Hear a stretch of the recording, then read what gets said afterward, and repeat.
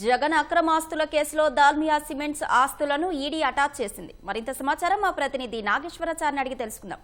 Nageswarachari, Dalmia cement ఆస్తుల attach కు సంబంధించిన సమాచారం ఏంటి?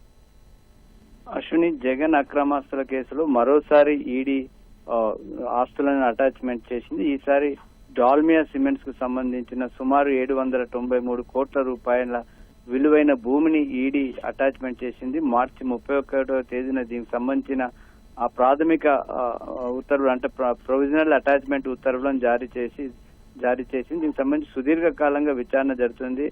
కడప జిల్లాలో 417 హెక్టార్లకు సంబంధించిన సున్నప్రాయి లీజుల కేటాయింపులో అక్రమాలు జరిగాయన్నది ఈ కేసులో ప్రధానమైన అభియోగం. అప్పుడు వైఎస్ రాజశేఖర రెడ్డి సర్కారు ఈ దాల్మియా సిమెంట్స్ కట్టబెట్టింది. దాని వెనుక జగన్మోహన్ రెడ్డి ఉన్నట్టుగా సిబిఐ ఇప్పటికీ ఛార్జ్ షీట్ దాఖలు చేసింది. ప్రతిఫలంగా ఇదంతా చేసినందుకు జగన్మోహన్ రెడ్డికి సుమారు 150 కోట్ల రూపాయల ముడుపులు దాల్మియా సిమెంట్స్ నుంచి అందినట్టుగా సిబిఐ అభియోగం. ఇందులో 95 కోట్ల రూపాయలు భారతీయ సిమెంట్స్ లో షేర్ల రూపంలో, అదేవిధంగా మరో 55 కోట్ల రూపాయలు హవాలా మార్గంలో జగన్ కు చేరినట్టుగా సిబిఐ తేల్చి దానికి సంబంధించి 2013లోనే ఛార్జ్ షీట్ దాఖలు చేసింది. దానిపైన ఆ ఛార్జ్ షీట్ ఆధారంగా ఎన్ఫోర్స్మెంట్ డైరెక్టరేట్ మనీ లాండరింగ్ కోణంలో విచారణ జరుపుతూ వస్తుంది. అయితే మధ్యలో హైకోర్టు, సుప్రీంకోర్టు రకరకాల సంబంధించిన కేసులు, పిటిషన్స్ దాఖలు కావడం, వాటిలో స్టే ఉండడం వల్ల ఇప్పటివరకు కేసు విచారణ ఈడీ విచారణ ముందుకు జరగలేదు. అవన్నీ తొలగిపోవడం, అడ్డంకులన్నీ తొలగిపోవడంతో ఈడీ మరోసారి వేగంగా విచారణ జరిపింది. దానికి సంబంధించి